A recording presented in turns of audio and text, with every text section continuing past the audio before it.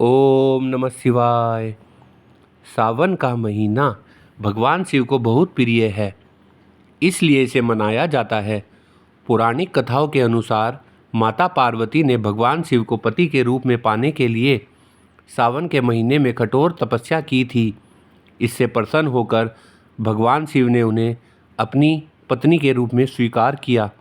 इसके अलावा यह भी माना जाता है कि सावन के महीने में भगवान शिव धरती पर वास करते हैं और अपने भक्तों पर विशेष कृपा बरसाते हैं। सावन के महीने में भगवान शिव की पूजा अर्चना करने और सोमवार का व्रत रखने का विशेष महत्व है।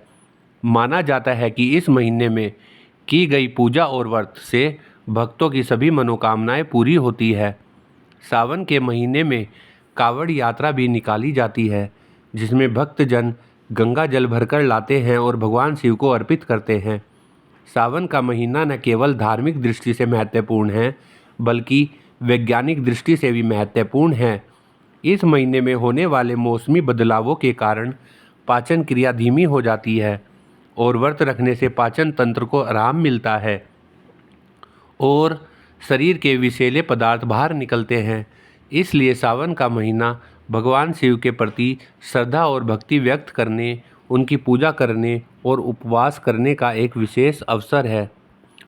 श्रावण हिंदू पंचांग के अनुसार चैत्र माह से प्रारंभ होने वाले वर्ष का 5वां मास है।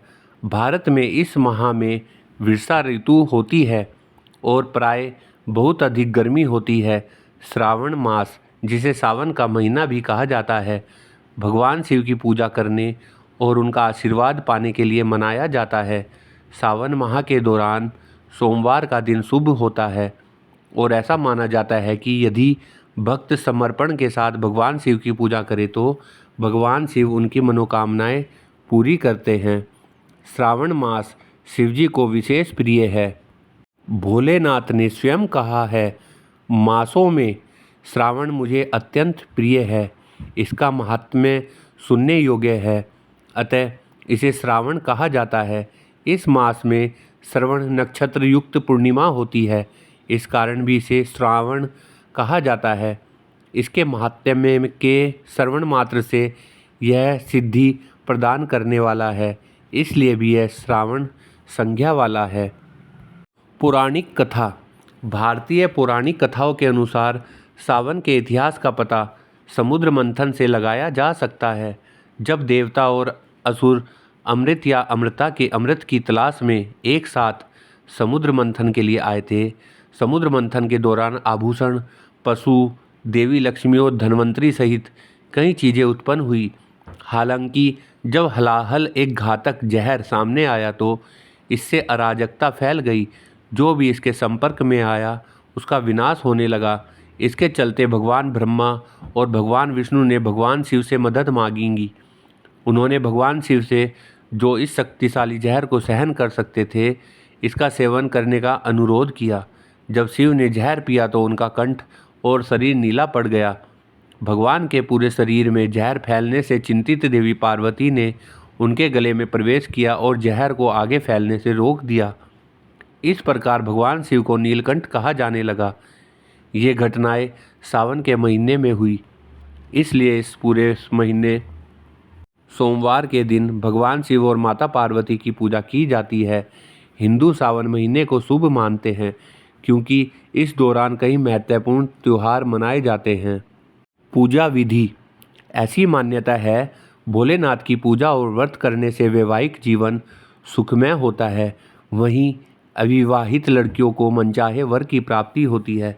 शिव पार्वती प्रतिमा की फूल, दक्षिणा, पूजा के बर्तन, दही, पंचरस, इत्र, गंधरोली, बिल्व पत्र, धतूरा, भांग, बेर, पंचफल, पंचमेवा, मंदार पुष्प, कच्चा दूध, कपूर, धूप, दीप, रुई, मल्यागिरी, चंदन, शुद्ध देसी घी, मोली, जनेऊ, पंच मिठाई, शहद, गंगाजल, शिव व माँ पार्वती की श्रृंगार सामग्री से पूजन करनी चाहिए।